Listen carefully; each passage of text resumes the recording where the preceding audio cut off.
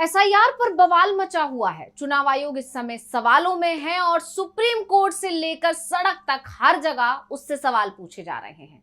विपक्ष हल्ला बोल कर रहा है और आप जानते ही हैं कि थोड़ी ही देर में सुप्रीम कोर्ट में फिर से एसआईआर मामले पर सुनवाई होने वाली है, जहां चुनाव आयोग को फिर से झटका लगने की उम्मीद है, क्योंकि पिछली जितनी भी सुनवाई हुई है उसमें हर बार चुनाव आयोग के खिलाफ सुप्रीम कोर्ट का रवैया सख्त ही देखने को मिला है। लेकिन इन सब के बीच चुनाव आयोग अब विपक्ष के जबरदस्त दबाव में दिखाई दे रहा है।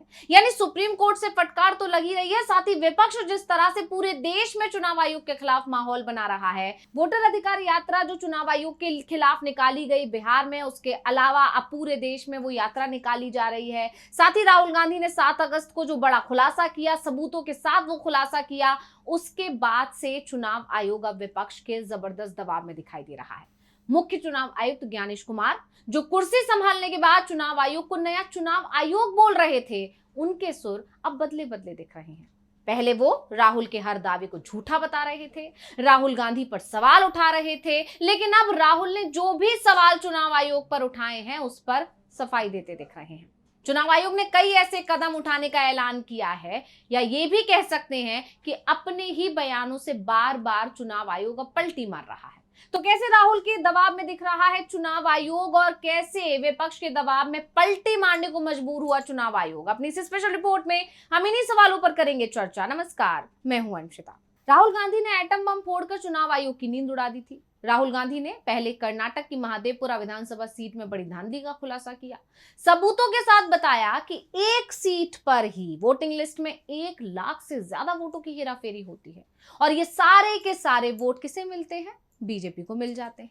और यही बात लगातार चुनाव आयोग को लेकर विपक्ष की तरफ से कही जा रही थी। यानी राहुल गांधी के हाथ सबूत जब लगे हैं, उससे पहले ही राहुल गांधी और तमाम विपक्षी नेता ये दावा कर रहे थे कि चुनाव आयोग बीजेपी को फायदा पहुंचाने के लिए बार बार वोटिंग लिस्ट में धांधली करता है और जिन जिन राज्यों में बीजेपी को हार का डर सता रहा होता है वहां चुनाव आयोग काम पर लग जाता है, वोटिंग लिस्ट में हेराफेरी की जाती है और उसका फायदा बीजेपी उठा ले जाती है।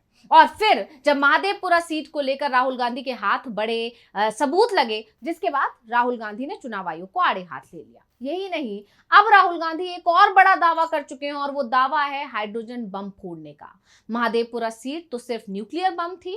राहुल के दावे से चुनाव आयोग पूरी तरह से बैकफुट पर दिख रहा है, क्योंकि राहुल गांधी ने चुनाव आयोग की वोटिंग लिस्ट सामने रखते हुए ये बताया था कि एक कमरे के मकान में कई वोटर बनाए गए और सबसे बड़ी बात तो ये कि इन लोगों ने वोट भी डाला।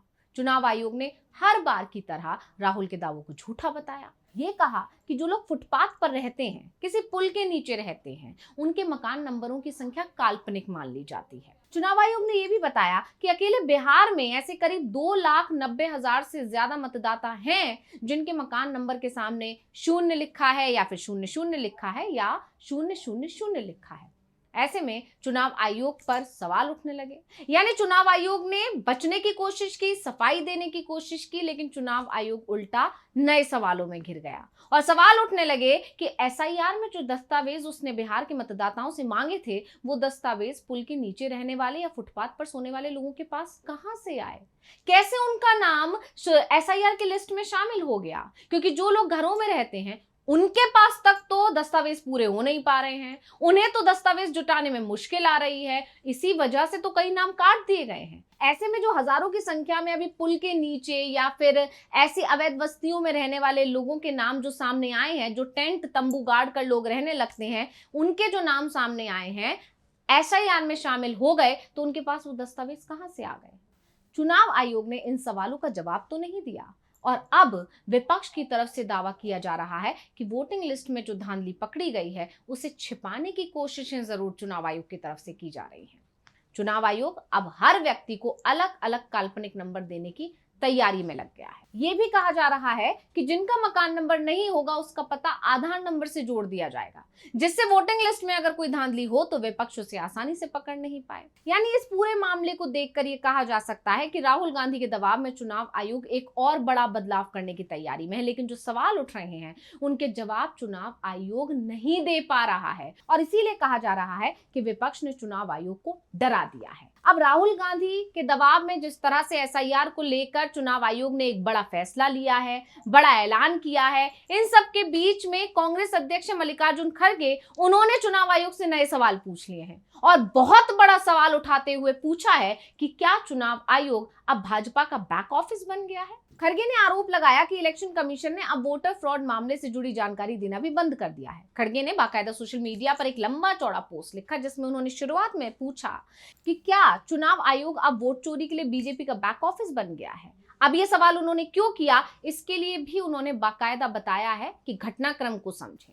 मई 2023 के कर्नाटक चुनाव से पहले कांग्रेस ने अलेंड विधानसभा क्षेत्र में बड़े पैमाने पर वोटिंग लिस्ट से नाम हटाने का खुलासा किया था। फॉर्म 7 के फर्जी आवेदनों के जरिए हजारों वोटरों को अधिकारों से वंचित कर दिया गया। इसी तरह फरवरी 2023 में एक मामला दर्ज किया गया। जांच में 5,994 फर्जी आवेदन सामने आए। ये वोटर फ्रॉड की बड़ी साजिश का साफ सबूत था। कांग्रेस सरकार ने फिर दोषियों को पकड़ने के लिए सीआईडी जांच का आदेश दिया, लेकिन अब एक नया मोड़ सामने आया है।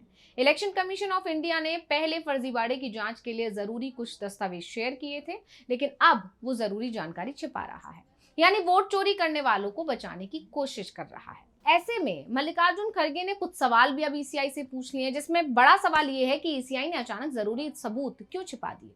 वो किसकी रक्षा कर रहा है? बीजेपी का वोट चोरी डिपार्टमेंट की? क्या ईसीआई सीआईडी जांच को रोकने के लिए बीजेपी के दबाव में है? वोट करने का हर व्यक्ति का अधिकार सुरक्षित होना चाहिए, भारतीय लोकतंत्र की रक्षा होनी चाहिए। अभी तक चुनाव आयोग पर खड़गे ने बड़े आरोप लगाए, गंभीर आरोप लगाए, ठीक उसी तरह जैसे कि राहुल गांधी लगा रहे थे, लेकिन चुनाव आयोग ने अब तक खड़गे के आरोपों पर कोई प्रतिक्रिया नहीं दी है। जबकि इससे पहले 7 अगस्त को जब राहुल गांधी ने खुलासा किया था, राहुल ने भी बाकायदा सबूतों के साथ खुलासा किया था और कांग्रेस नेता राहुल गांधी ने अलग अलग राज्यों में वोटर लिस्ट में गड़बड़ी होने के आरोप लगाए थे। 1 घंटे 11 मिनट तक उन्होंने 22 पेज का प्रेजेंटेशन दिया था। महादेवपुरा में भी एक मकान में कई लोगों के रहने का दावा उन्होंने किया था और वोट चोरी के 5 तरीके बताते हुए उन्होंने कहा था कि एक पते पर थोक में मतदाता रहते हैं और ऐसे करीब 10,452 घर हैं जहां ये धांधली हो रही है। अब राहुल ने 7 अगस्त को प्रेस कॉन्फ्रेंस कर चुनाव आयोग पर हमला बोला। राहुल के खुलासे से चुनाव आयोग बौखलाया और बाकायदा एक प्रेस कॉन्फ्रेंस की और इस प्रेस कॉन्फ्रेंस में राहुल गांधी का नाम तो नहीं लिया, लेकिन राहुल गांधी पर तमाम आरोप लगा दिए, साथ ही उनसे हलफनामा तक मांग लिया। हालांकि राहुल गांधी ने हलफनामा नहीं दिया और तो और अपना हमला जारी रखा। खासकर वोटर अधिकार यात्रा के दौरान वो लगातार चुनाव आयोग पर सवाल उठाते रहे, उस पर निशाना साधते रहे और यात्रा के समापन के दिन तो उन्होंने सीधा हाइड्रोजन बम फोड़ने की बात कर दी। क्या कुछ बोले थे राहुल, सुनिए। बीजेपी के लोग अच्छी तरह सुन लीजिए। भैया, एटम बम का नाम सुना आपने? सुना है एटम बम का नाम? उससे बड़ा क्या होता है? उससे बड़ा क्या होता है? एटम बम से बड़ा हाइड्रोजन बम होता है। होता है नहीं होता है? माधवपुरा में हमने एटम बम दिखाया था। बीजेपी के लोगों तैयार हो जाओ, हाइड्रोजन बम आ रहा है। हाइड्रोजन बम आ रहा है, तैयार हो जाइए। आपकी जो सच्चाई है, वोट चोरी की सच्चाई है, वो पूरे देश को पता लगने जा रही है। अब जहां एटम बम फोड़ने के बाद चुनाव आयोग ने राहुल गांधी से हलफनामा मांग लिया था, अब वही चुनाव आयोग मल्लिकार्जुन खड़गे के तरफ से इतना बड़ा खुलासा करने के बाद चुप बैठा है। राहुल गांधी के हाइड्रोजन बम फोड़ने की बात कहने पर भी चुप बैठा हुआ है। यानी कहा जा सकता है कि अब विपक्ष के पास जो मुद्दे हैं, जो सबूत हैं, उसे देखकर चुनाव आयोग बुरी तरह से डरा हुआ है। वो जानता है कि अगर अब विपक्ष के खिलाफ आवाज खोली, राहुल गांधी के खिलाफ आवाज उठाई, तो फिर मामला सुप्रीम कोर्ट में उठेगा और इस बार फिर सुप्रीम कोर्ट के पास विपक्ष जब सबूतों के साथ पहुंचेगा तो चुनाव आयोग की मुश्किलें बढ़ सकती हैं। और चुनाव आयोग की मुश्किल बढ़ेंगी तो जिस तरह के आरोप चुनाव आयोग पर बीजेपी के साथ मिलीभगत के लग रहे हैं, जाहिर है बीजेपी की मुश्किलें भी बढ़ जाएंगी। और इसीलिए अब चुनाव आयोग धीरे धीरे बैकफुट पर आता हुआ दिखाई दे रहा है और अब अपने बयानों से, अपने ऐलानों से पलटी मार रहा है। तो स्पेशल रिपोर्ट आपको कैसी लगी, हमें कमेंट करके अपनी राय जरूर दीजिएगा। इसी के साथ मुझे दीजिए इजाजत। देखते रहिए DV लाइव। नमस्कार।